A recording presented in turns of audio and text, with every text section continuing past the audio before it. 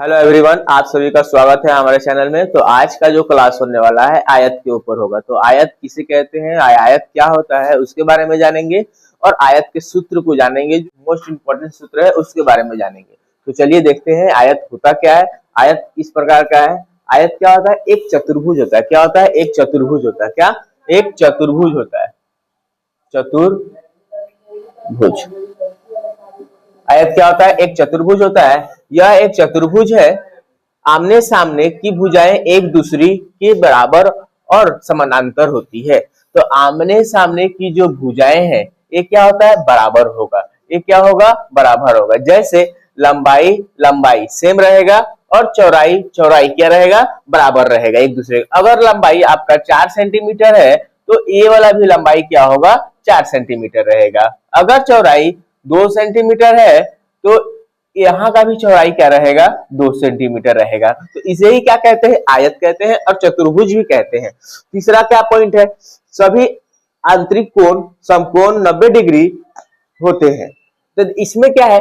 एक चतुर्भुज या आयत में समकोण क्या होता है? समकोण डिग्री बनाया जाता है। समकोण होता है कितना डिग्री का? 90 डिग्री का होगा। क्या होगा? ये जो समकोण है ये कितना डिग्री का कोण बनेगा? 90 डिग्री का कोण बनेगा। तो 1 2 3 4 सभी क्या बनेगा? 90 डिग्री का कोण बनेगा। यह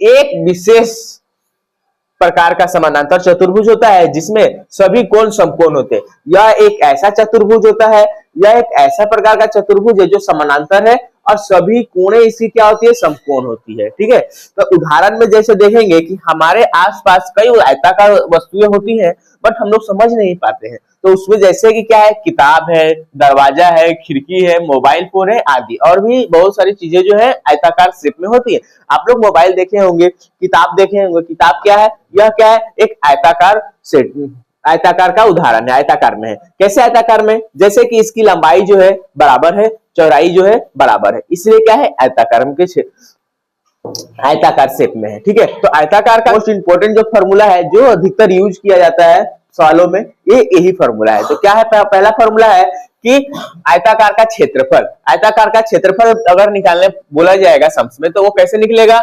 लंबाई गुणे चौड़ाई। लंबाई गुणे लंबाई और चौड़ाई को हम लोग आपस में गुना कर देंगे तो आयताकार का क्षेत्रफल निकल जाएगा। तो दूसरा फॉर्मूला क्या है? आयताकार का परिमाप। आयताकार का परिमाप कैसे निकलेगा? तो 2 गुणे लंबाई गुणे चौड़ाई, 2 ब्रैकेट में गुणे लंबाई गुणे चौड़ाई। अगर 2 से लंबाई और चौड़ाई को गुना करके फिर 2 से गुना कर देते हैं तो निकल जाएगा परिमाप। ठीक है। अब तीसरा फॉर्मूला क्या है? आयत का विकर्ण। आयत का विकर्ण। आयत का विकर्ण क्या कैसे निकलेगा? ओवर रूट लंबाई का स्क्वायर प्लस चौड़ाई का स्क्वायर। चौड़ाई का स्क्वायर। विकर्ण क्या होगा? लंबाई का स्क्वायर प्लस चौड़ाई का स्क्वायर। ठीक है। तो इससे क्या? आयत का विकर्ण निकलेगा। इससे क्या निकलेगा? आयत का विकर्ण निकलेगा। चौथा फॉर्मूला क्या है? आयत की लंबाई। आयत का लंबाई निकालने के लिए क्षेत्रफल पता होना चाहिए और चौड़ाई पता होना चाहिए। अगर क्षेत्रफल पता है और चौड़ाई पता है तो दोनों को आपस में क्षेत्रफल से चौड़ाई को भाग कर देंगे तो आपका आयत की लंबाई निकल जाएगा। आयत का चौड़ाई कैसे निकलेगा? आयत की चौड़ाई के लिए भी क्षेत्रफल और लंबाई चाहिए। तो अगर क्षेत्रफल और चौड़ाई पता है तो हम क्या निकाल सकते हैं? आयत का लंबाई चौड़ाई निकाल सकते हैं। ठीक है।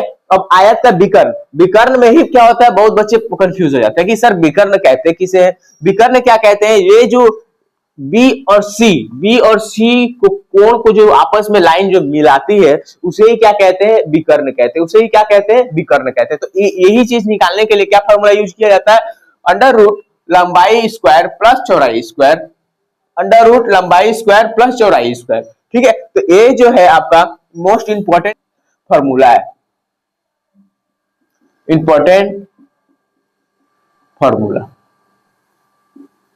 ये मोस्ट इंपोर्टेंट फॉर्मूला है। अगर आप इसे यूज करते हैं, अगर आप इसके बारे में याद करके रख लेते हैं, माइंड में अपने बैठा लेते हैं तो ये आपका हमेशा यूज होने वाला चीज है। आयताकार के बारे में हमेशा पूछा जाता है। हर एक क्लास में 6 से लेकर 10 तक क्लासों में ये फॉर्मूला को यूज किया जाता है। तो आप इसे जानकर रखें और याद करके रखें। धन्यवाद। और हमसे जुड़ने के लिए हमारे चैनल से जुड़े रहे। शुक्रिया।